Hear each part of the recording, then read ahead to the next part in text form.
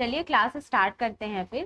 कल हम जो कोहलबर्ग और वाइगॉत्स्की के बारे में जितना भी पढ़े थे, उसी से रिलेटेड ही आज उसके क्वेश्चन को हम यहाँ पे सॉल्व करेंगे। उसका टेस्ट यहाँ पे हम दिलाएंगे। ठीक है, तो हम यहाँ पे देखते हैं कि कल हम कितना समझे हैं, कितना हमको समझ में आया है, और कुछ कुछ नया वर्ड अगर आएगा बीच में तो हम उसका मतलब भी समझते चलेंगे, है ना।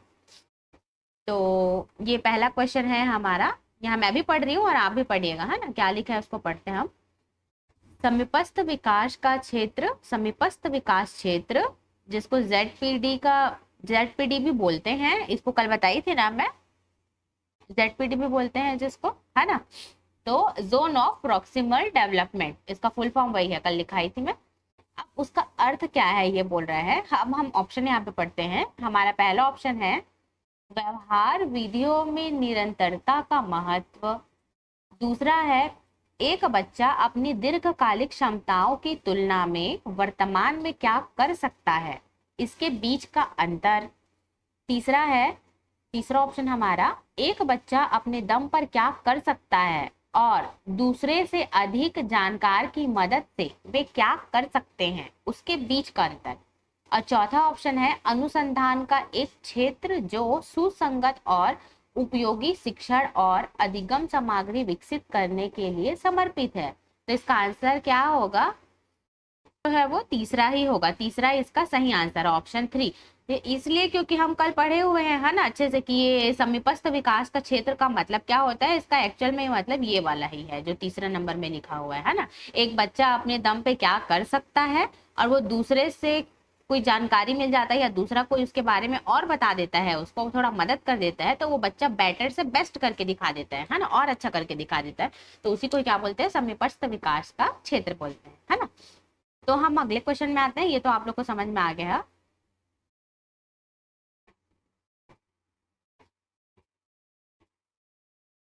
ये हमारा अगला क्वेश्चन है। एक बच्चे का तर्क है कि किसी भी व्यक्ति को केमिस्ट की दुकान से दवा चोरी नहीं करनी चाहिए, भले ही वह मानव जीवन को बचाने के लिए ही क्यों ना हो, क्योंकि ऐसा करने पर उसे पकड़ा जाएगा और जेल भेज दिया जाएगा। कोहलबर्ग के अनुसार बालक नैतिक बोध की किस अवस्था में आता है। अब यहाँ पे देखते हैं ऑप्शन। सहायक उद्देश्य अभिविन्यास। दूसरा ऑप्शन है हमारा सामाजिक अनुबंध अभिविन्यास। तीसरा ऑप्शन है हमारा दंड एवं आज्ञाकारिता अभिविन्यास। और चौथा ऑप्शन है हमारा सार्वभौमिक नैतिक सिद्धांत अभिविन्यास। अब देखिए यहाँ पे अभिविन्यास या नैतिकता ऐसा करके मैं कल लिखाई थी, है ना। अभिविन्यास उसमें नहीं लिखा हुआ था कहीं भी, है ना। तो एक वर्ड हमको और ये समझ में आया कि यहाँ पे अभिविन्यास भी हम यहाँ पे इसको बोल सकते हैं। ठीक है, अब आप क्वेश्चन को अच्छे से और पढ़िए। मैं नीचे कर देती हूँ क्वेश्चन को, उसके बाद फिर ऑप्शन को देख के बताइएगा, है ना, कि कौन सा हो सकता है। अधिगम प्रभावशाली रूप में होता है यदि, पहला ऑप्शन है बच्चे को सीखने के लिए तत्पर किया जाए। दूसरा ऑप्शन बच्चा जो वह सीखता है उसे दोहराए। तीसरा ऑप्शन है बच्चा संतुष्ट अनुभव करे। चौथा ऑप्शन है बच्चा उपयुक्त सभी करे, ये सारी चीजें करे बच्चा, ऐसा बोल रहा है चौथा ऑप्शन में, है ना। तो आप लोगों को क्या लगता है कि अधिगम को प्रभावशाली के रूप में कैसे बनाया जा सकता है, क्या क्या करना पड़ेगा उन लोग को। ये ऑप्शन आप पढ़ के बताइए क्या हो सकता है। तो इसका सही आंसर 4 होगा, क्योंकि यहाँ पे सारा चीज ही सही लग रहा है ना। अधिगम को प्रभावशाली कैसे बना सकते हैं, बच्चों को सीखने के लिए तत्पर बनाने के लिए, है ना। उसको तत्पर बनाएंगे तभी तो वो और ज्यादा इंटरेस्ट लेके सीखेगा। बच्चा जो वह सीखता है उसे दोहराए। जैसे हम पहले बच्चे को सिखा दिए, उसके बाद अब उसका टेस्ट ले रहे हैं या उसको बोल रहे हैं, जैसे हम उसको पढ़ाना सिखाए, मात्रा सिखा दी, आ की मात्रा, ओ की मात्रा। अब उसको बार बार हम उसको बुलवाएंगे, उसको बार बार याद दिलवाने का कोशिश करेंगे कि इन दोनों में अंतर क्या है, ये आ की मात्रा है और ये ओ की मात्रा है ना। ऐसा बच्चा संतुष्ट अनुभव करे, जैसे खुद में हम लोग को फील होता है कि हमको खुद में समझ आता है। जैसे हम कोई टॉपिक को पढ़ रहे हैं, हम अपने आप को बहुत अच्छे से जानते हैं, हमको पता रहता है कि हम इस टॉपिक को इतने अच्छे से पढ़े कि इससे कहीं भी क्वेश्चन आ जाएगा हम एकदम अच्छे से दिलाएंगे, है ना। और खुद को ये भी पता रहता है, जैसे अच्छे से नहीं पढ़े रहते, अरे पता नहीं क्या होगा, क्या करूंगी, कैसे दिलाऊंगी, मैं तो इतना को तो पढ़ी हूँ लेकिन इतना को तो नहीं पढ़ी हूँ, है ना। तो अपने आप में एक सेटिस्फेक्शन खुद में फील होता है अगर आप अच्छे से पढ़े उस चीज को समझ पाए हो तो, है ना। सेम वैसे ही बच्चे भी क्या करता है, संतुष्ट अनुभव करेगा। उसको इतने अच्छे से सिखा दो कि उसके मन में यही चीज आना चाहिए कि कहीं से भी क्वेश्चन है, कुछ भी पूछे मैं तो बता ही दूंगा या मैं तो बता ही दूंगी। ठीक है, तो ये है यहाँ पे, इसलिए ये सभी चीज करना चाहिए अधिगम को प्रभावशाली बनाने। ठीक है, अब यहाँ पे अगला क्वेश्चन में आते का दिया गया विशिष्ट उत्तर कोहलबर्ग के नैतिक तर्क के सोपानों की विषय वस्तु के किस सोपान के अंतर्गत आएगा। अब यहाँ पे स्टेटमेंट है, इस स्टेटमेंट को हम अच्छे से देखेंगे। यदि आप ईमानदार हैं तो आपके माता पिता आप पर गर्व करेंगे, इसलिए आपको ईमानदार रहना चाहिए।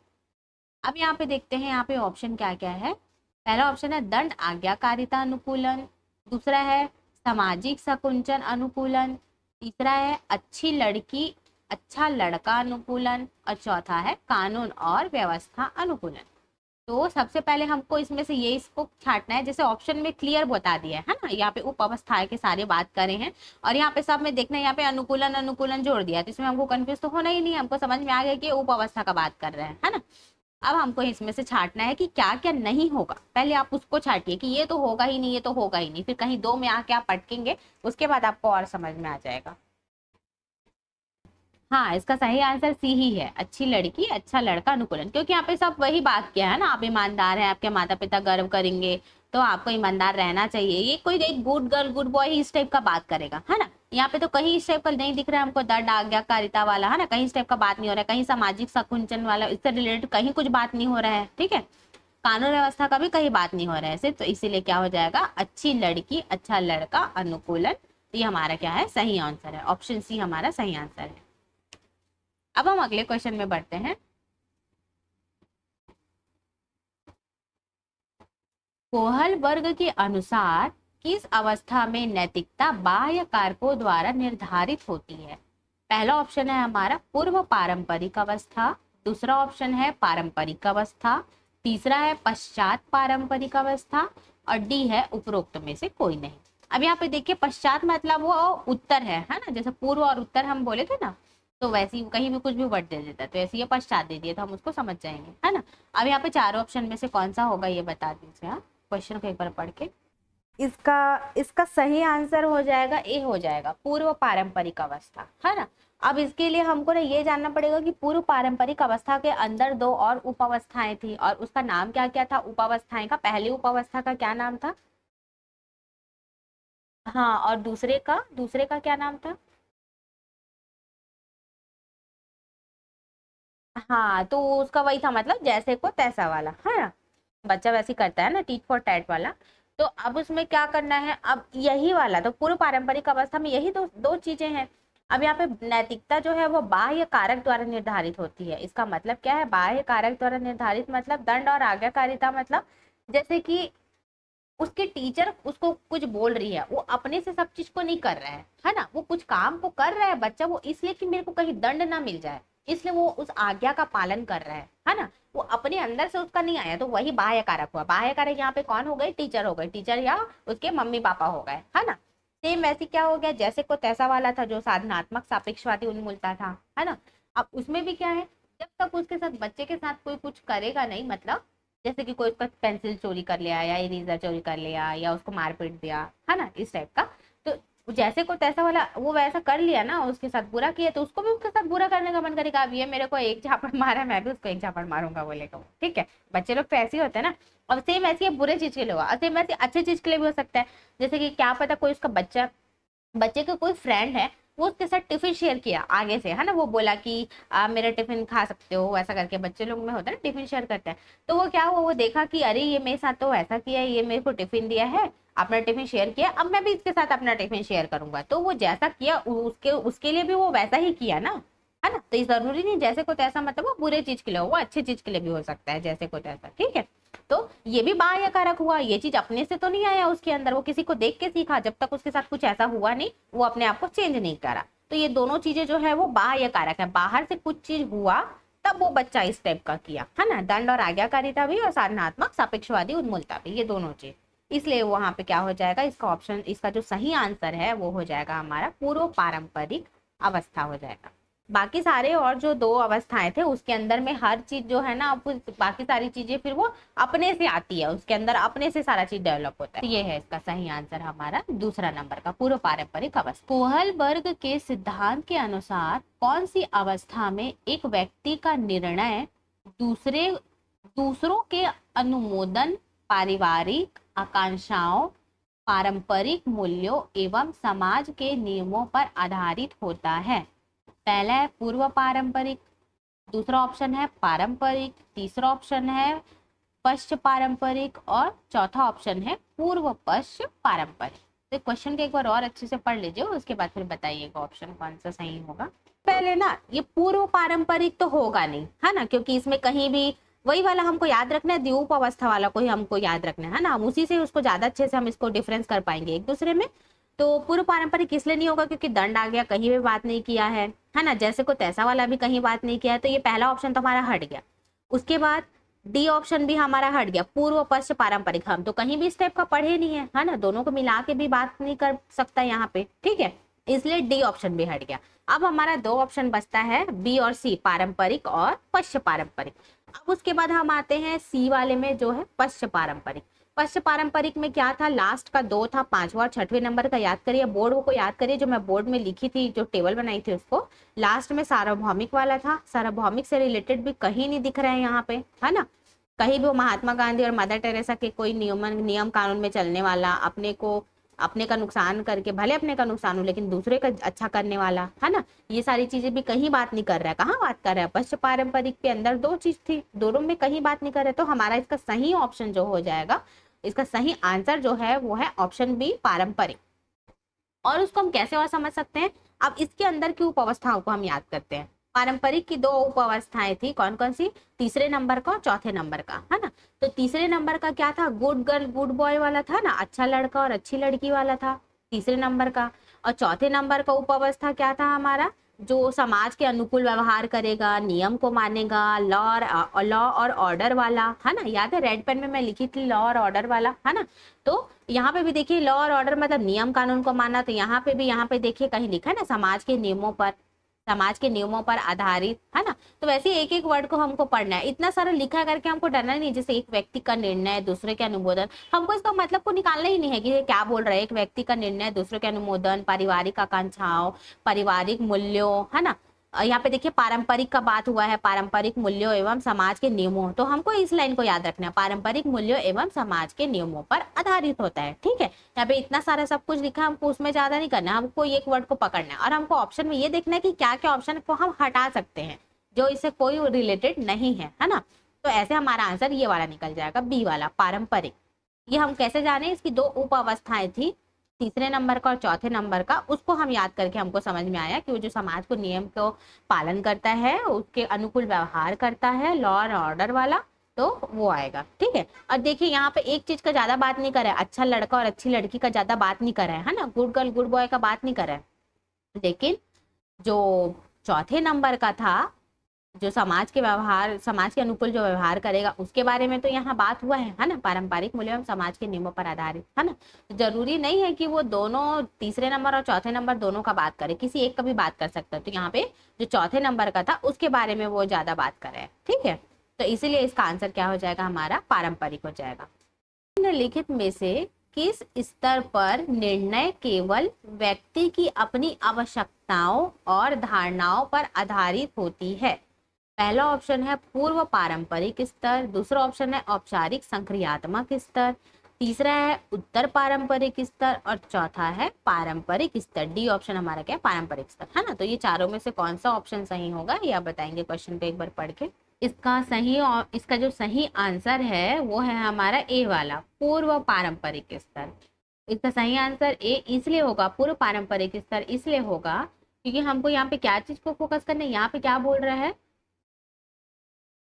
निर्णय केवल व्यक्ति की अपनी आवश्यकताओं और धारणाओं पर आधारित होता है ना। मतलब क्या है, व्यक्ति यहाँ पे स्वतंत्र है, जैसे कि दंड और आज्ञाकारी वाला, है ना। यहाँ पर टीचर एकदम फ्री है कि उसको कुछ भी वो चीज को वो बोल सकती है ना। उसको पता है कि मैं इसको डराऊंगी तो बच्चे जो है दंड के डर से वो आज्ञा का पालन को करेगा, ठीक है।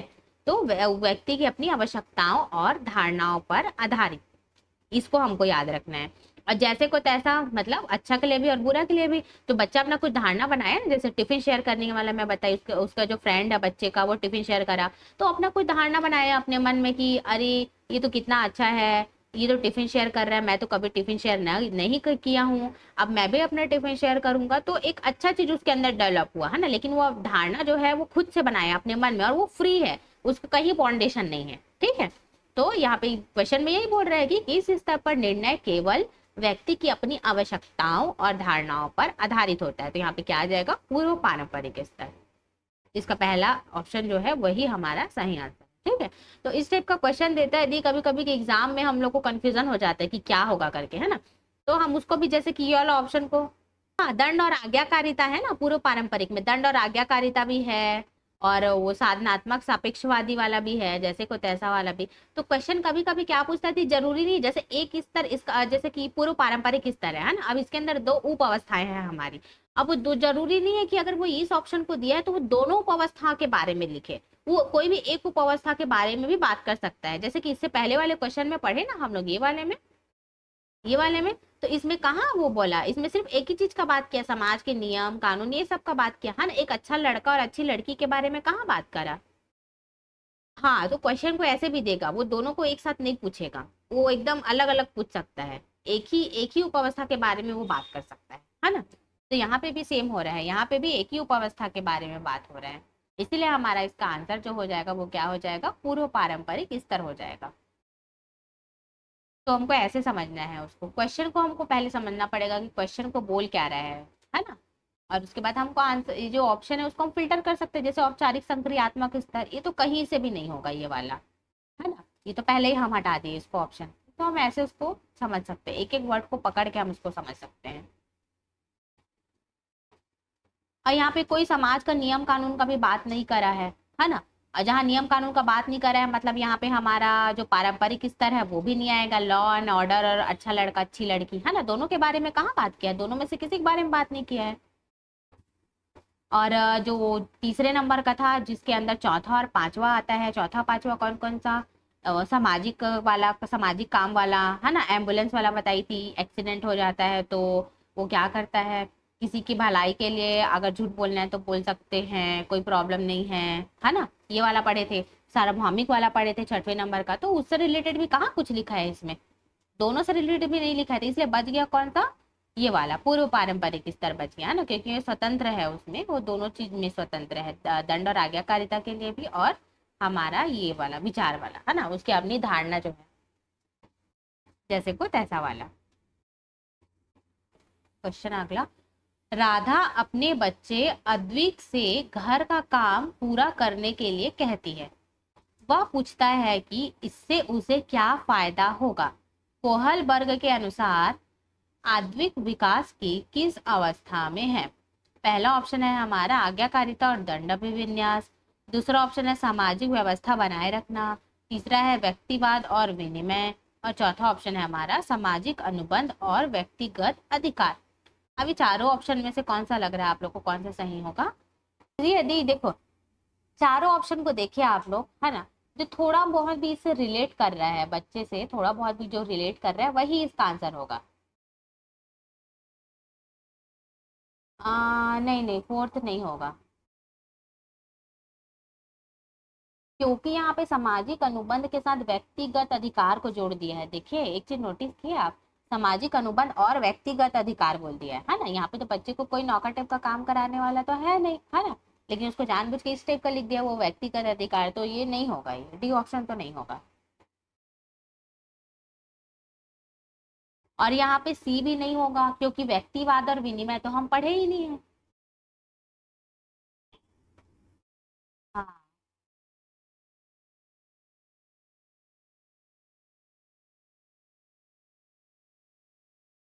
हाँ, लेकिन इसका सही ऑप्शन ए ही है, आज्ञाकारिता और दंड अभिविन्यासी इसका सही ऑप्शन है, क्योंकि यहाँ पे उसको काम करने के लिए बोल रही है ना, उसको वो आज्ञा का पालन करने बोल रही है, समझ लो वहां पे अपने बच्चे को वो, है ना, जिनका नाम आद्विक है, तो घर का काम पूरा करने के लिए बोल रही है।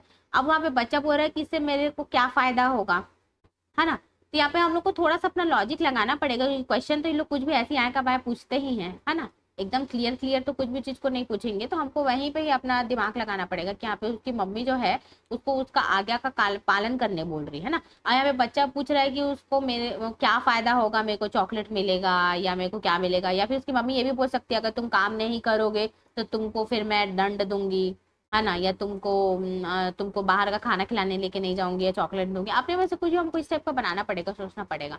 हाँ, यहाँ पे हम ऑप्शन से यही ऐसा भी समझ सकते हैं, जैसे यहाँ पे सामाजिक अनुबंध और व्यक्तिगत अधिकार है, ये तो नहीं होगा, क्लियर हो गया, क्योंकि यहाँ पे व्यक्तिगत अधिकार का बात कर रहा है इसलिए। व्यक्तिवाद और विनिमय भी नहीं होगा, ये भी क्लियर है, ये हमारा आंसर होगा ही नहीं। अब इस ऑप्शन में आते हैं सामाजिक व्यवस्था बनाए रखना। सामाजिक व्यवस्था बनाए रखना, तो यहाँ पे तो कहीं समाज समाज का बात ही नहीं हो रहा है ना। यहाँ पे कुछ समाज का बात कहाँ हो रहा है कि ये इसको बनाए रखना है, ये नियम कानून करना है, वो करना है, ठीक है। यहाँ पे सिर्फ माँ और बेटे के बीच में बात हो रहा है, वो अपने बेटे से बात कर रही है, तो उसको उसको दंड दे सकती है, उसको अपने आज्ञा का पालन करने के लिए उसको कुछ भी करवा सकती है, ठीक है। तो इससे रिलेटेड हम उसको ऐसा याद रख सकते हैं कि ये इसका सही ऑप्शन जो है वो आज्ञाकारिता और दंड अभिविन्यास हो जाएगा। तो ये हमारा सही आंसर है। ठीक है, तो फिर ये वाला क्वेश्चन को पढ़ते हैं हम। एक बच्चा तर्क प्रस्तुत करता है, आप यह मेरे लिए करें और मैं वह आपके लिए करूंगा। यह बच्चा कोहलबर्ग की नैतिक तर्कणा की किस अवस्था के अंतर्गत आएगा? पहला ऑप्शन है हमारा अच्छा लड़का लड़की अभिमुखीकरण, दूसरा है सामाजिक अनुबंध अभिमुखीकरण, तीसरा है सहायक उद्देश्य अभिमुखीकरण, और चौथा ऑप्शन है हमारा दंड और आज्ञा पालन दंड और आज्ञा पालन अभिमुखीकरण।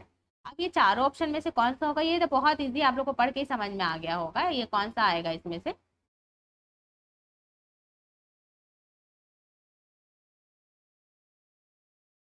दंड वाला।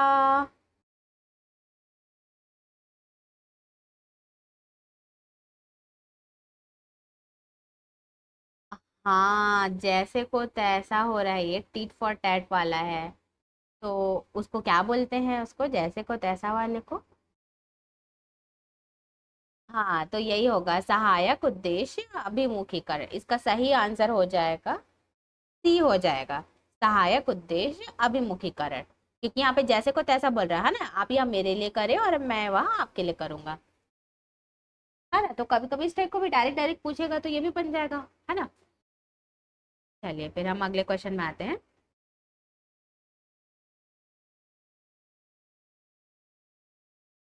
रोहित ने अजय की डेस्क से ली हुई पेंसिल वापस रख दी क्योंकि उसे पकड़े जाने पर सजा मिलने का डर था।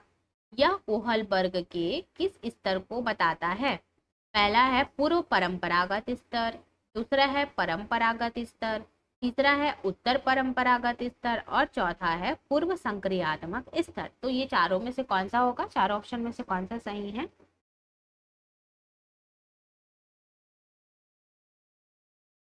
अब यहाँ पे स्तर का बात कर रहे हैं।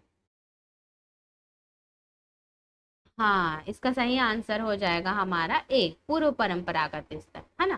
क्योंकि ये किसके अंदर आ रहा है? ये जो बोल रहे हैं सजा वाला, वो सजा और आज्ञाकारिता जो हमारा पहला उप अवस्था है। पहला उप अवस्था कौन से स्तर के अंतर्गत आता है? पूर्व परंपरागत स्तर के अंतर्गत आता है ना।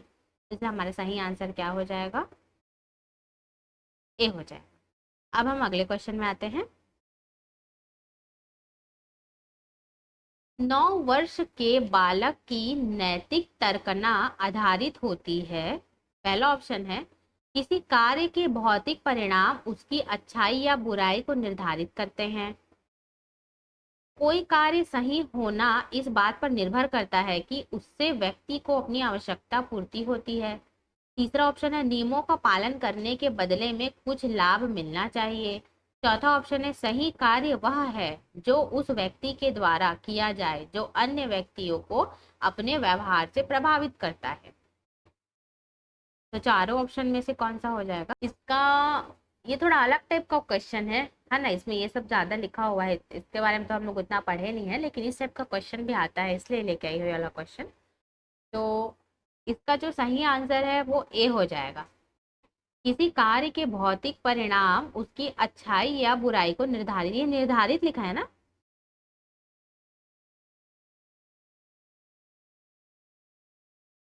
इसका आंसर ए ही हो जाएगा।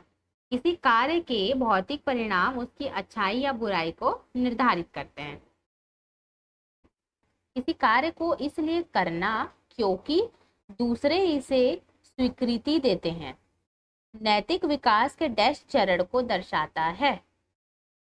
पहला है उत्तर प्रथागत। प्रथागत मतलब वही पारंपरिक है ना, परंपरा प्रथा ऐसे करके हम उसको याद रख सकते हैं, एक ही मतलब है दोनों का। अमूर्त संक्रियात्मक दूसरा ऑप्शन। तीसरा है प्रथा पूर्व। प्रथा पूर्व मतलब ये पूर्व परंपरागत वाला है ना, और प्रथागत मतलब परंपरागत वाला है, ये डी ऑप्शन है ना। तो कौन सा होगा इसमें से? इसका जो सही आंसर है वो हो जाएगा प्रथागत, डी वाला। प्रथागत मतलब क्या होता है? परंपरागत है ना।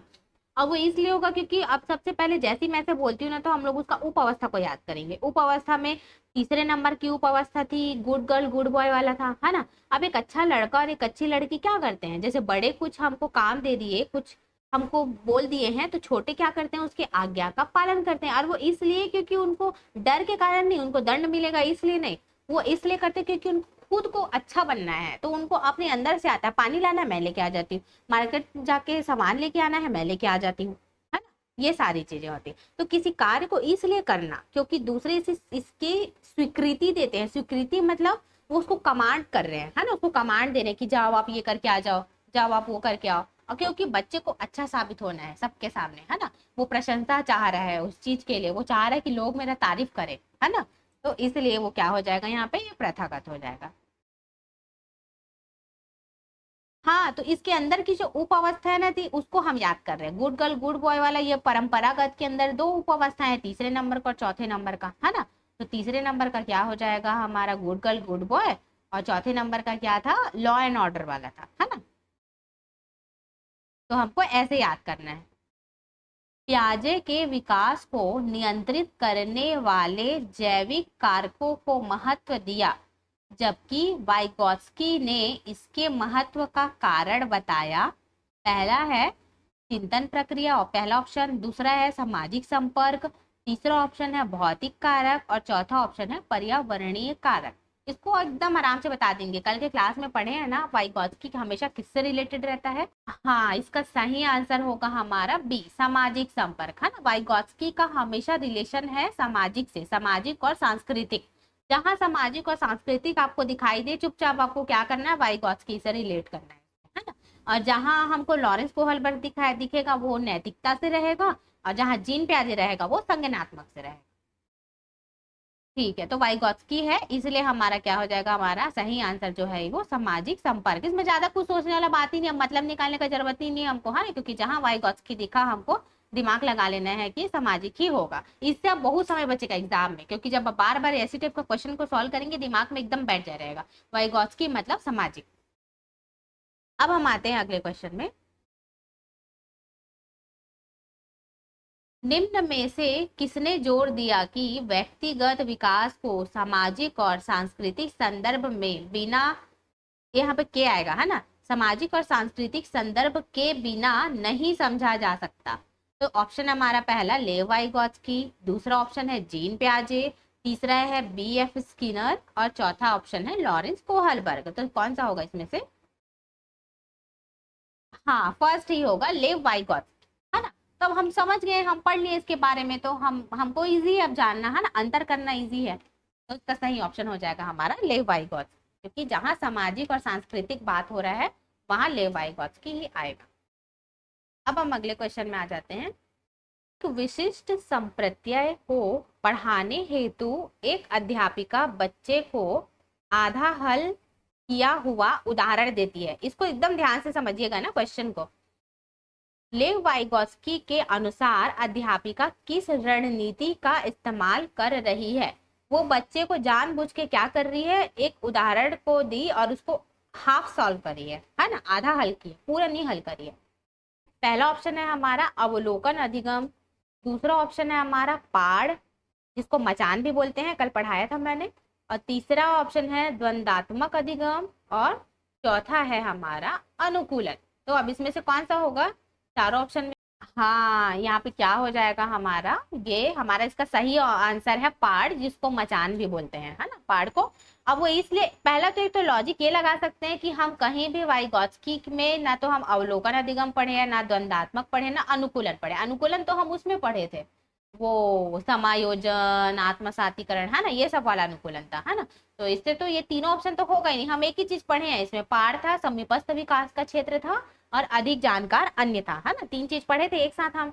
तो हम ऐसे उसको जान सकते हैं। और दूसरा ये, अब हम क्वेश्चन को पढ़ते हैं, यहाँ पे डायरेक्ट हमको ये बोल दिया है, अध्यापिका बच्चे को आधा हल किया हुआ उदाहरण को देती है ना। मतलब वो क्या चाह रही है कि बच्चा जो है उसको आगे का काम करे, मतलब वो टेम्पररी हेल्प करी, बच्चे का क्या करी, टेम्पररी हेल्प, है ना। याद है आप लोग को, टेम्पररी हेल्प करके मैं उसमें लिखी थी, और वो बांस और इमारत इमारत वाला बताई थी आप लोगों को। हाँ, साइकिल वाला बताई थी। हाँ, तो बस वही है, वो उसी का ही मतलब है कि वो बच्चे का हेल्प करना चाह रही है, वो बच्चे को सिखाना चाह रही है, और एक बार उसका काम हो गया, वो सीख गए, तो बच्चा जो है वो अध्यापक का हेल्प को वो नहीं लेगा, है ना। इसलिए वो जानबूझ के क्या करी, उसका हेल्प को करना चाहती थी, टेम्पररी हेल्प दी है उसको, उस क्वेश्चन को, उस उदाहरण को आधा हल करके। ठीक है, ऐसा हम उस क्वेश्चन को रिलेट कर सकते हैं। इसका सही आंसर हमारा बी हो जाएगा, पार्ट। अब हम अगले क्वेश्चन में आते हैं। ये समझ में आ गया ना दी, ये थोड़ा इजी था, मतलब इजी नहीं था, लेकिन क्वेश्चन को हम पढ़ेंगे तो समझ में आ जाएगा ना। हाँ, अब हम अगले क्वेश्चन में आते हैं। अमन एक, ये पहेली है ना, पहेली लिखा गया है यहाँ पे। अमन एक पहेली के टुकड़ों को ठीक से लगाने की कोशिश कर रहा है, लेकिन वह सही जगह पर सही हिस्से को फिट करने के लिए संघर्ष करता है। मतलब वो अच्छे से नहीं जमा पा रहा है पजल को, है ना।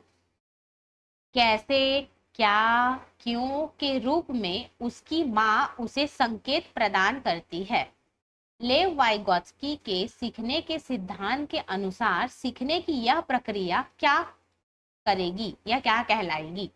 पहला ऑप्शन है, बच्चे को अप्रेरित करेगी। अप्रेरित मतलब उसको इनकरेज नहीं कर पाएगी, डिस्करेज करेगी, है ना, मतलब बच्चे को प्रोत्साहित नहीं कर रही है वो। उसे आक्रामक बना देगी, आक्रामक मतलब गुस्से वाला, है ना, उसको गुस्सा दिला देगी अपने बच्चे को बार बार वैसे पूछ के। तीसरा है, अधिगम के लिए पार का काम करेगी।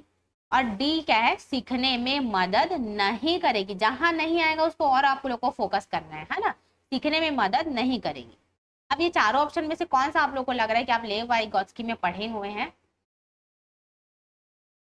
हाँ, तो इसका सही आंसर हो जाएगा हमारा ऑप्शन सी, अधिगम के लिए पाड़ का काम करेगी, क्योंकि हम यही चीज को पढ़े हैं, है ना। और बच्चे की जो माँ है, अमन की माँ है, वो उसको सिखा रही है ये क्या, क्यों, कैसे, ये सब वर्ड का यूज करके उसको सॉल्व कराना चाह रही है ना। तो वो उसका पाड़ का काम कर रही है, टेम्पररी हेल्प दे रही है, फिर एक टाइम के बाद तो वो खुद ही सीख जाएगा। ठीक है, लेव वाइगोत्स्की के अनुसार निम्न में से किसके लिए समीपस्थ विकास का क्षेत्र इस्तेमाल करना चाहिए। पहला है अध्यापन और मूल्यांकन, पहला ऑप्शन। दूसरा है केवल अध्यापन। तीसरा है केवल मूल्यांकन। और चौथा है प्रवाही बौद्धिकता की पहचान। अब चारों में से कौन सा होगा। यहाँ पे बोल रहा है समीपस्थ विकास का क्षेत्र। समीपस्थ विकास का क्षेत्र में हम पढ़े थे ना कि बच्चा अपने दम पे क्या कर सकता है, क्या कर सकता है, और जब उसको किसी और का मदद मिल जाए तो वो बेटर से और बेस्ट कर सकता है, और अच्छा कर सकता है ना। हाँ, पहला, नहीं, ए ही होगा, ए ही होगा इसका सही आंसर है ऑप्शन ए, अध्यापन और मूल्यांकन। अब अध्यापन और मूल्यांकन का मतलब आप लोग को पता ही है, अध्यापन मतलब क्या होता है, पढ़ाना।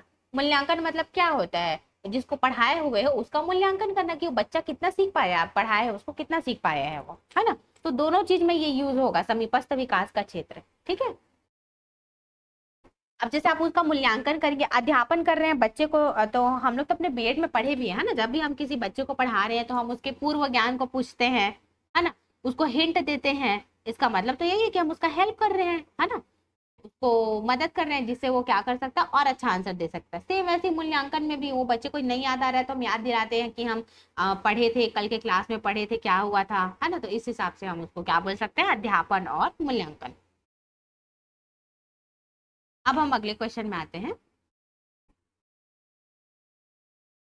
लेव वाइगोत्स्की के अनुसार निम्नलिखित में से कौन से कारक बच्चों के संज्ञानात्मक विकास को सुगम बनाते हैं। पहला ऑप्शन है सांस्कृतिक उपकरण, दूसरा है सामाजिक संपर्क, तीसरा है संतुलन और चौथा है पुरस्कार, है ना। अब इन चारों में से कौन सा होगा? 3 4 होगा कि 2 3 होगा कि 1 2 होगा कि 1 3 होगा? ये देखिए यहाँ पे ऑप्शन पूरा दिख रहा है ना, ये वाला भी पूरा चारों और इधर का भी चारों, कौन सा होगा? अब यहाँ पे ये तो आप लोग को समझ में आ गया कि दो ही चीज है, कोई भी दो चीज ही है। अब आपको बस ये याद रखना है कि वाइगॉत्स्की में मैंने कौन से दो चीजों के बारे में बात किया, वही दो चीज इसका आंसर हो जाएगा। हाँ, इसका आंसर हो जाएगा सी, ये 1 और 2। और ये 1 और 2 क्या क्या है? सांस्कृतिक उपकरण और सामाजिक संपर्क, है ना। तो हमारा आंसर क्या है? सही आंसर सी हो जाएगा। तो हम अगले क्वेश्चन में आते हैं, ये तो समझ में आ गया ना अब आप लोग को। अब आते हैं अगले क्वेश्चन में। वाइगॉत्स्की के अनुसार बच्चे किस प्रकार सीखते हैं? पहला ऑप्शन है प्रतियोगिताओं के द्वारा, दूसरा है साथियों के साथ बातचीत करके, तीसरा है पुरस्कार के लिए प्रयास करके और दंड से बचकर, फिर चौथा ऑप्शन है उद्दीपन प्रतिक्रिया अनुबंधन करके। तो क्या हो जाएगा इसमें से? इसमें से अच्छे से ना कोहलबर्ग को मिक्स मत करिएगा, कोहलबर्ग का अलग था, है ना, जो अवस्था, स्तर, उपावस्था, परंपरागत। हाँ, ये वाइगॉत्स्की का चल रहा है, वाइगॉत्स्की समाज से रिलेटेड है ना, समाज से। तो कहाँ यहाँ पे समाज या संस्कृति, कहाँ पे यहाँ पे मतलब उससे रिलेटेड बात हो रहा है, ये हमको ध्यान में रखना है ना। सही आंसर है हमारा बी होगा, साथियों के साथ बातचीत करके। क्योंकि ये जो दंड से बचकर पुरस्कार के लिए प्रयास करके, है ना, ये तो कोहल वर्ग का है ना, ये सब वाला। और ये अनुबंधन अनुबंधन ये जब भी क्या है हमारा, ये भी कोहल वर्ग से रिलेटेड है ना। और प्रतियोगिताओं के द्वारा, ये तो हम बच्चे को नहीं सिखा रहे हैं कि तुम प्रतियोगिता करो, हम बच्चे को ये सिखाते हैं कि तुम अपने से कितना अच्छा कर सकते हो, है ना। अब यहाँ पे क्योंकि वाइगॉत्स्की के बारे में बात कर रहा है और वो समाज समाज से के बारे में ज्यादा बात करते हैं, तो वो साथियों के साथ बातचीत, साथियां मतलब उनके अपने दोस्त मित्र फ्रेंड, है ना। अब वो फ्रेंड कहाँ मिलेंगे उनको? या तो स्कूल में मिलेंगे या तो अपने आस पड़ोस में मिलेंगे। और स्कूल या आस पड़ोस क्या है हमारा? सामाजिक स्थान है हमारा, है ना। हाँ, तो समाज से रिलेटेड है ना। तो इसलिए साथियों के साथ बातचीत करके जो बच्चे हैं वो बहुत ज्यादा सीखते हैं एक दूसरे से, ठीक है। तो वाइगॉत्स्की इस चीज को बोलते भी हैं कि बच्चे जो है सबसे ज्यादा सीखते हैं अपने फ्रेंड लोगों से, ज्यादा सीखते हैं ना, समाज में रह के सबसे ज्यादा सीखते हैं। तो हम अगले क्वेश्चन में आते हैं। देखिए, हम क्वेश्चन को ना, ये टेस्ट सीरीज को हम इसीलिए ही सॉल्व कर रहे हैं। लोग ना थ्योरी बहुत पढ़ लेते हैं, थ्योरी को तो जैसे मैं आपको पढ़ा दी थ्योरी थ्योरी को, है ना, ये सब चीज को तो आप लोग पढ़ लेंगे, लेकिन एक्चुअल में जब क्वेश्चन को सॉल्व करने का बारी आता है ना तो दिमाग घूम जाता है। इसीलिए इसलिए आप जब ये सबको आप सॉल्व किए रहेंगे ना तो आप कम से कम क्वेश्चन को समझना सीखेंगे, है ना, कि क्वेश्चन में बोल क्या रहा है, कीवर्ड को पकड़ पाएंगे। और जैसे क्वेश्चन समझ में आ गया तो आंसर भी तो क्लियर ही है आपको ऑप्शन। अब यहाँ पे देखते हैं हम अगले क्वेश्चन में। मानव 3 अंकों की संख्याओं का जोड़ करने में अकेले संघर्ष करता है, किंतु शिक्षिका की मदद से वह ऐसा करने में सक्षम है।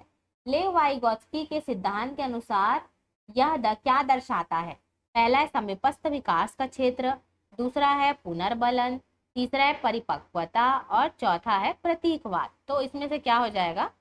चारों ऑप्शन में से कौन सा सही ऑप्शन हो जाएगा? हमारा समीपस्थ विकास का क्षेत्र। तो क्या हम ये तीनों को तो मतलब ही नहीं भाई, हम ये तीनों तो पढ़े ही नहीं है ना। हम क्या पढ़े? समीपस्थ विकास का क्षेत्र पढ़े, इसलिए हमारा सही ऑप्शन क्या हो जाएगा? समीपस्थ विकास का क्षेत्र, ठीक है। और इसलिए भी क्वेश्चन को भी हम समझना है, क्योंकि क्वेश्चन में क्या बोल रहा है कि टीचर जो है वो बच्चे का हेल्प कर रही है यहाँ पे, है ना। बच्चा तो खुद से अपने दम पे तो कर ही लेगा, लेकिन उसको थोड़ा भी हिंट मिल जा रहा है टीचर से तो वो और भी अच्छा कर देगा। कौन सा कथन बच्चों के संज्ञानात्मक विकास के विषय में जीन प्याजे और लेव वाइगॉत्स्की के विचारों के बीच मुख्य अंतर दर्शाता है? ये बहुत इंपॉर्टेंट क्वेश्चन है, इस टाइप का क्वेश्चन बहुत बार पूछा है एग्जाम में, है ना। और ये दोनों के बीच का अंतर ये आता ही है, इस टाइप का क्वेश्चन। मैं भी जब एग्जाम दिलाई थी ना तो ये इस टाइप का क्वेश्चन आया था, दोनों के बीच का अंतर वाला। अब यहाँ पे देखते हैं। पहला ऑप्शन है हमारा, प्याजे बच्चों के स्वतंत्र प्रयागों द्वारा जगत को अनुभव करने पर जोर देता है, जबकि वाइगॉत्स्की संज्ञानात्मक विकास को सामाजिक मध्यस्थ प्रक्रिया के रूप में देखते हैं। दूसरा ऑप्शन है हमारा, प्याजे बच्चों को सक्रिय स्वतंत्र रूप में देखते हैं, जबकि वाइगॉत्स्की उन्हें मुख्यतः वातावरण द्वारा नियंत्रित जीव के रूप में देखते हैं। तीसरा हमारा है, प्याजे भाषा को बच्चों के संज्ञानात्मक विकास के लिए महत्वपूर्ण मानते हैं, जबकि वाइगॉत्स्की संज्ञानात्मक विकास के जैविक पक्ष पर बल देते हैं। डी ऑप्शन है हमारा चौथा जो है, पियाजे के अनुसार बच्चे अपने मार्गदर्शन के लिए स्वयं से बात कर सकते हैं, जबकि वाइगॉत्स्की के लिए बच्चों की बात आत्म केंद्रीयता का द्योतक है। ठीक है, तो इसको हमको थोड़ा सा लॉजिक लगाना है, फिर हमको समझ में आ जाएगा कि ये चारों ऑप्शन में से कौन सा ऑप्शन सही होगा, है ना। दोनों से रिलेट करना है हमको, पियाजे और वाइगॉत्स्की, मतलब संज्ञानात्मक विचार और जो सामाजिक है वो दोनों चीजों को हमको देखना है। इसका सही आंसर ए ही होगा, ए होगा इसका सही आंसर। अब इसलिए क्योंकि यहाँ पर डायरेक्ट बोल दिया, पियाजे बच्चों के स्वतंत्र प्रयागों द्वारा जगत को अनुभव करने पर जोर देता है, क्योंकि पियाजे ने बोला है कि जो बच्चे हैं वो लिटिल साइंटिस्ट है ना, हमेशा खोजपूर्ण अधिगम होता है उनसे रिलेटेड, वो नया नया चीज को खोज करते हैं, कुछ अलग टाइप का सोचते हैं, है ना, ये सब चीज के बारे में बातें है, अनुभव करते हैं खुद और खुद सीखते हैं। जबकि वाइगॉत्स्की संज्ञानात्मक विकास को सामाजिक मध्यस्थ प्रक्रिया के रूप में देखते हैं। वाइगॉत्स्की जो है वो जीन पियाजे का जो भी उन्होंने प्रयोग किया, जो भी उन्होंने अपना नियम दिया, है ना, ऐसा होता है बच्चा वैसा होता है, तो उसको जो वाइगॉत्स्की है उन्होंने क्या करा, ये उसके जो नियम कानून है उसको छोटा, क्योंकि हर कोई अपने चीज को बड़ा मानता है, अपने चीज को सही मानता है ना, इसलिए वाइगॉत्स्की जो है वो अपने चीज को सही माने, बोले कि तुमसे ज्यादा अच्छा मेरा नियम है कि मैं क्या कर रहा हूँ, मैं उसको समाज से जोड़ के मैं बच्चों को उस चीज को सिखाना चाह रहा हूँ। ठीक है, ये वाला चीज है, इसीलिए यहाँ पे क्या हो जाएगा, पहला ऑप्शन हमारा सही होगा। अब हम ये सारी चीजों को गलत हम इसलिए भी बोल सकते हैं, बाकी सारे ऑप्शन को आप पढ़ेंगे, ये तो ठीक है, पियाजे जो है बच्चों को सक्रिय स्वतंत्र रूप में देखते हैं, जबकि वाइगॉत्स्की उन्हें मुख्यतः वातावरण द्वारा नियंत्रित जीव के रूप में देखते हैं। वाइगॉत्स्की कहीं वातावरण जीव का बात नहीं करते हैं, क्योंकि वाइगॉत्स्की समाज के बारे में बात करते हैं, और पहले ऑप्शन में वाइगॉत्स्की के साथ जो है समाज का बात हुआ है, ठीक है, और दूसरे ऑप्शन में ऐसा बात नहीं हुआ है। अब हम तीसरे ऑप्शन में आते हैं, स्वयं से बात करते हैं, जिसको क्या बोलते हैं, पियाजे स्वयं से बात करते हैं उसको आत्म केंद्रिता स्व केंद्रिता बोलते हैं, है ना, और जबकि वाइगॉत्स्की बच्चा जब बड़बड़ाता है उसको निज वाक बोलता है, लेकिन वाइगॉत्स्की के साथ निज वाक नहीं यूज हुआ है, इसमें आत्म केंद्रिता का यूज हुआ है। ठीक है, तो हम उसको ऐसे हम उसको समझ सकते हैं, तो हमारा सबसे सही अच्छा ऑप्शन जो है वो सही ऑप्शन हमारा पहला वाला हो जाए। अभी समझ में आ गया होगा ना आप लोग को। हम ना जब क्वेश्चन को पढ़ते हैं तो हमको बड़ा बड़ा लगता है, बहुत सारा कितना सारा क्या क्या लिखा है, क्या होगा करके डर लगता है, लेकिन फिर जब आप उसको पढ़ोगे, उसको समझने का कोशिश करोगे तो अच्छे से समझ में आ जाता है, क्लियर होते जाता है चीजें। अगले क्वेश्चन में आते हैं, कोहलबर्ग ने दिया है, पहला ऑप्शन है संज्ञानात्मक विकास के चरण, दूसरा है शारीरिक विकास के चरण, तीसरा है भावनात्मक विकास के चरण, और चौथा है नैतिक विकास के चरण। तो कौन सा होगा, कोहलबर्ग ने क्या दिया हुआ है, हाँ, नैतिक विकास के चरण, एकदम सही आंसर। इसका सही आंसर हमारा क्या हो जाएगा, डी होगा, नैतिक विकास के चरण, क्योंकि हम क्लियर है कि कोहलबर्ग ने नैतिक विकास दिया है और संज्ञानात्मक किसने दिया है, हाँ, और यहाँ पे तो सामाजिक का बात नहीं हुआ है, लेकिन सामाजिक हमको पता है कि वाइगॉत्स्की ने दिया है ना। अगले क्वेश्चन में आते हैं, लॉरेंस कोहलबर्ग के सिद्धांत में कौन सा स्तर सही अर्थों में नैतिकता की अनुपस्थिति को दर्शाता है। अब यहाँ पे ध्यान दीजिएगा, एक वर्ड यूज हुआ है अनुपस्थिति, है ना, अनुपस्थिति मतलब अब्सेंट, वहां पे गायब है वो चीज, उपस्थिति नहीं है, हमको ऐसी वर्ड को सबसे ज्यादा ध्यान रखना है। अगर वो नहीं नहीं लिखा रहता उसको भी हम ध्यान देते, कहाँ नहीं लिखा है, सेम वैसी अनुपस्थिति को ध्यान रखें। ठीक है, अब हम इसको क्वेश्चन को बहुत अच्छे समझना पड़ेगा, ऐसा क्वेश्चन बहुत बार पूछता है ना। तो यहाँ पे देखना, पहला ऑप्शन है स्तर 3, स्तर 4, स्तर 1 और स्तर 2, है ना, यहाँ पे लेवल 2 दे दिया है, मतलब एक ही है लेवल या स्तर। अब यहाँ पे देखते हैं, अगर यहाँ पे सिर्फ 3 तक का बात करता, 3 लेवल का बात करता और 0 का बात करता, तब हम मतलब हमको यहाँ पे ये समझना है कि वो कौन सा होगा, मतलब पूर्व पारंपरिक होगा कि पारंपरिक होगा कि उत्तर पारंपरिक होगा। ठीक है, नैतिकता की अनुपस्थिति मतलब क्या होता है, जो मोरल, हाँ, मोरल मोरल वैल्यू है, जो नैतिकता व्यवहार है, वो उस टाइम बच्चों में अनुपस्थित होता है, बच्चे उसको उस टाइम तक उतना नहीं सीख पा। याद करिए, मैं इसमें आप लोग को एज भी बताई थी कि पहला वाला जो था स्तर 1, उसका क्या था, 10 वर्ष से पहले था, है ना, तो इसका सही हाँ, इसका सही आंसर हो जाएगा सी, स्तर 1। स्तर 1 इसलिए होगा, सबसे पहले हम इसका एज को याद करेंगे, तो वही बोल रही हूँ, जैसे स्तर 1 है ना, स्तर 1 में 2 उपावस्था है, कौन कौन सी है, आज्ञाकारिता और दंड वाला है, और दूसरा क्या है हमारा, जैसे को तैसा है ना। हाँ, अब वो बच्चे में अगर नैतिकता उपस्थित रहता, है ना, उसके अंदर खुद का अपना ज्यादा दिमाग रहता, तो जैसे को तैसा वो क्यों करता बताइए, है ना, वो बच्चा अपना दिमाग लगा के, जैसे उसके साथ मान लीजिए कोई बुरा किया है, तो अगर वो समझदार हो जाता उस एज तक, 10 साल तक, अगर वो इतना समझदार है तो छोड़ देता उसको कि ठीक है भाई, अब वो नहीं समझ पा रहा है, अगर वो मेरा पेंसिल चोरी कर लिया तो क्या हुआ, मैं दूसरा नया ले आऊंगा और मैं उसको कुछ नहीं बोलूंगा, है ना। लेकिन यहाँ पे नैतिकता अनुपस्थित है, इस चीज को बोल रहा है। तो वहां पे वही दो चीज हमको याद रखना, आज्ञाकारिता और दंड वाला। अगर बच्चा वहां पे समझदार हो जा रहा है तो उसको पता रहता, हम बच्चा छोटा है तभी तो वो डर के कारण हम उसको डरा वरा के पढ़ा रहे हैं, अगर तुम होमवर्क नहीं करोगे तो मैडम मारेगी तुमको, या अगर कोई टीचर है तो वो खुद बोल रही है तुम ये काम नहीं करोगे तो मैं तुमको पनिशमेंट दूंगी, है ना। मैं रात को बहुत सारा भूत वूत आता है, ये सब होता है, ऐसा करके सब कुछ ना कुछ बोल के बच्चे लोग को डराते हैं ना। अगर बच्चे में उतना नैतिकता रहता, उतना दिमाग रहता, उतना उस चीज को वो समझ पाता, तो हम उस बच्चे को डरा सकते क्या। वैसे वही बच्चा जब बड़ा हो जाता है तो हम उसको ये सब बोलते हैं तो उसको समझ में आ जाता है, अरे मत बोलो ये सब, मेरे को समझ में आता है, ऐसा कुछ नहीं होता, बोलता बच्चा, है ना। यहाँ पे नैतिकता की अनुपस्थिति मतलब, सीधी बात है, नैतिकता की अनुपस्थिति मतलब वो मोरल वैल्यू को उतना अच्छे से नहीं समझ पा रहा है, मतलब वो बच्चा छोटा है, और छोटा है मतलब स्तर 1 हो जाएगा, ऐसे हम उसको याद कर पाएंगे। ठीक है, बाकी सब में देखेंगे तो आप 10 साल के बाद का बात कर रहे हैं, स्तर 2 और स्तर 3 में, है ना। तो हम उसको ऐसे भी समझ सकते हैं। देखिएगा, यदि यहाँ पे कंफ्यूज करने के लिए एक चीज और दे दिया था, स्तर 4, जबकि स्तर 4 है ही नहीं, है ना, सिर्फ हमारा 3 स्तर है, स्तर 1, स्तर 2 और स्तर 3 है, तो ऐसा भी देता है वो ऑप्शन में। अब यहाँ पे हम अगले क्वेश्चन में आते हैं, देखते हैं क्या लिखा है। वाइगॉत्स्की ने बच्चों के सीखने में निम्नलिखित में से किस कारक की भूमिका के महत्व पर जोर दिया है। पहला है नैतिक, पहला ऑप्शन, दूसरा है सामाजिक, दूसरा है शारीरिक, तीसरा है सामाजिक और चौथा है वंशानुगत। यहाँ ऑप्शन दे चुका है पहले से, जो कि आप लोग को पता है इसको क्रॉप करना भूल गई हूँ मैं ठीक है, तो इसका सही आंसर हो जाएगा हमारा सी, सामाजिक, क्योंकि आपको तो पता ही है वाइगॉत्स्की मतलब सामाजिक। अब हम आगे बढ़ते हैं अगले क्वेश्चन में। कोहलबर्ग के अनुसार एक शिक्षक बच्चों में नैतिक मूल्यों को स्थापित कर सकता है।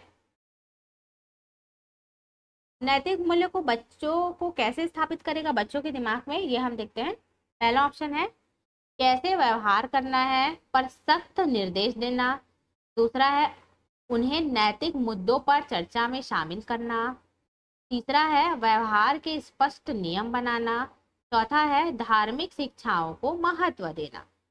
हाँ, इसका सही आंसर हमारा बी ही होगा, उन्हें नैतिक मुद्दों पर चर्चा में शामिल करना। क्योंकि बच्चे को किसी भी चीज में, क्योंकि हम बीएड में भी बहुत अच्छे से पढ़े हैं कि कोई भी बच्चे को जब वो खुद इन्वॉल्व करते हैं किसी भी चीज में, है ना, जब उनको सिखाना है, उनको जब शामिल करेंगे ना तो उनको और ज्यादा मजा आता है पढ़ने में, और उनको याद रखते हैं वो। ठीक है, नहीं तो बच्चे को यहाँ पे बैठ के लेक्चर देने में, उनको नियम कानून को याद करवाने में, सिखाने में, वो तो रट के याद कर भी लेगा, लेकिन उसको एक्चुअल में नहीं समझ पाएगा। जब तक उनको खुद को बोलने का आजादी नहीं देंगे, उनके साथ हम विचार विमर्श नहीं करेंगे, उनके साथ हम चर्चा नहीं करेंगे, तब तक वो खुद अच्छे से उस चीज को नहीं समझ पाता है। ठीक है, तो यहाँ पे सबसे ज्यादा अच्छा तरीका यही है कि उन्हें नैतिक मुद्दों पर चर्चा में शामिल करना। अब हम अगले क्वेश्चन में आते हैं। निम्नलिखित में से कौन सा कथन निम्नलिखित में से कौन सा कथन भाषा और विचार पर प्याजे और वाइगॉत्स्की के विचारों का सही वर्णन करता है। अब यहाँ पे देखिए, यहाँ पे सेम फिर से प्याजे और वाइगॉत्स्की के बीच में रिलेशन को बता रहे हैं, है ना। अब उसको देखते हैं कैसे हम उसको समझ पाएंगे। पहला हमारा ऑप्शन है वाइगॉत्स्की के अनुसार विचार पहले उभरता है और पियाजे के अनुसार भाषा का विचार पर गहरा प्रभाव पड़ता है। दूसरा है दोनों भाषा को बच्चे के विचार से उभरती हुई मानते हैं। तीसरा है दोनों मतलब कौन कौन, पियाजे और वाइगॉत्स्की, है ना। और तीसरा ऑप्शन है हमारा पियाजे के अनुसार विचार पहले उभरता है और वाइगॉत्स्की के अनुसार भाषा का विचार पर गहरा प्रभाव पड़ता है। चौथा ऑप्शन है दोनों विचार को बच्चे की भाषा से उभरता हुआ मानते हैं। सारा ऑप्शन थोड़ा एक दूसरे से रिलेटेड है, लेकिन फिर भी हमको एक ऑप्शन को चूज करना है ना। तो यहाँ पे देखते हैं कि कौन सा ऑप्शन सही है। नहीं, डी बी नहीं होगा, इसका हमारा सही आंसर जो है वो हमारा सी होगा। प्याजे के अनुसार विचार पहले उभरता है और वाइगॉत्स्की के अनुसार भाषा का विचार पर गहरा प्रभाव पड़ता है। अब इसका मतलब क्या है, इसका मतलब हम ऐसे समझ सकते हैं कि विचार पहले उभरता है। जैसे वो क्या सोच रहे हैं, प्याजे क्या बोल रहे हैं कि बच्चा पहले अपने दिमाग में ही तो पहले सोचेगा ना, उसके बाद फिर उस चीज को बोलता है ना। अब यहाँ पे ये जो वाइगॉत्स्की है ये बोल रहे हैं कि भाषा का विचार पर गहरा प्रभाव पड़ता है। ये बोल रहा है कि वाइगॉत्स्की जो है वो हमेशा भाषा पर बल देते हैं, ठीक है। तभी तो मैं आप लोग को पढ़ाई थी, याद करिए, सामाजिक वाक, निज वाक, है ना। फिर वो साइलेंट इनर स्पीच था, अभ्यंतर वाक, है ना। तो इससे आपको ये समझ में आया होगा, वाक मतलब वो भाषा। तो वाइगॉत्स्की जो है वो भाषा पर ज्यादा जोर देते हैं, ठीक है। तो वाइगॉत्स्की के साथ यहाँ पे भाषा जुड़ा हुआ है, तो वाइगॉत्स्की के अनुसार भाषा का जो विचार है, भाषा का विचार पर गहरा प्रभाव पड़ता है, वो इस चीज को बोल रहा है। मतलब वाइगॉत्स्की किस पे फोकस कर रहा है, भाषा पे, ठीक है। जबकि प्याजे जो है वो किस पे फोकस कर रहे हैं, अपने विचार पे फोकस कर रहा है। तो हम ऐसे उसको समझ सकते हैं, इन दोनों का रिलेशन जो है वो इसी वाला सही रिलेशन है, ठीक है। कोहलबर्ग के अनुसार कोहलबर्ग के सिद्धांत की प्रमुख आलोचना क्या है। आलोचना मतलब तो आप लोग को पता है ना। आलोचना मतलब ये है हमारा उसमें कमी, है ना। उसमें हम क्या नुक्स निकाल सकते हैं, क्या चीज गलत है उसमें। पहला हम देखते हैं, कोहलबर्ग ने नैतिक विकास के स्पष्ट चरण नहीं बताए हैं। दूसरा है, कोहलबर्ग ने बिना किसी अनुभवजन्य आधार के एक सिद्धांत प्रस्तावित किया है। तीसरा ऑप्शन है हमारा, कोहलबर्ग ने प्रस्तावित किया है कि नैतिक तर्क विकासात्मक है। चौथा ऑप्शन है हमारा, कोहलबर्ग ने पुरुषों और महिलाओं के नैतिक तर्क में सांस्कृतिक अंतर को नहीं बताया है। अब आप लोग कौन सा चीज पढ़े थे, मैं आप लोग को बताई थी ना एक, तो इन सब में से कौन सा होगा। हाँ, हाँ, इसका सही ऑप्शन है हमारा डी ही होगा। कोहलबर्ग ने पुरुषों और महिलाओं के नैतिक तर्क में सांस्कृतिक अंतर को नहीं बताया, है ना। उन्होंने महिलाओं के बारे में ज्यादा बात नहीं किया है, जो भी चीज अपना प्रयोग किया वो पुरुषों के ऊपर किया है ना। लैंगिक पूर्वाग्रह या लैंगिक पक्षपात हम ऐसा भी उसको बोल सकते हैं। हाँ? तो ये आप लोगों को आज का जो भी क्वेश्चन था, कुछ ऐसा क्वेश्चन लगा होगा कि कहाँ से दिया, कुछ समझ में नहीं आ रहा है ना, कुछ कुछ, और कुछ कुछ इजी लगा होगा कि हाँ ये तो एक बार में बन गई, समझ में आ गया। लेकिन हम टेस्ट सीरीज को इसीलिए ही सॉल्व कर रहे हैं ताकि हम क्या कर सके, उसको बार बार क्वेश्चन को सॉल्व करेंगे तो एग्जाम में आएगा तो हमको अपना ज्यादा दिमाग नहीं लगाना पड़ेगा। इस टाइप का क्वेश्चन को, इस टाइप का पैटर्न तो हम पढ़े हुए हैं, है ना। तो हम उसको ऐसा और समझेंगे। इसीलिए ही मैं जानबूझ के इस टाइप का लाई हूँ कि डायरेक्ट हम एक टॉपिक पढ़ें और टॉपिक कंप्लीट करके डायरेक्ट वो क्वेश्चन को सॉल्व करें। यही सबसे अच्छा तरीका है एग्जाम निकालने का। आज का फिर क्लास यहीं ओवर करते हैं हम।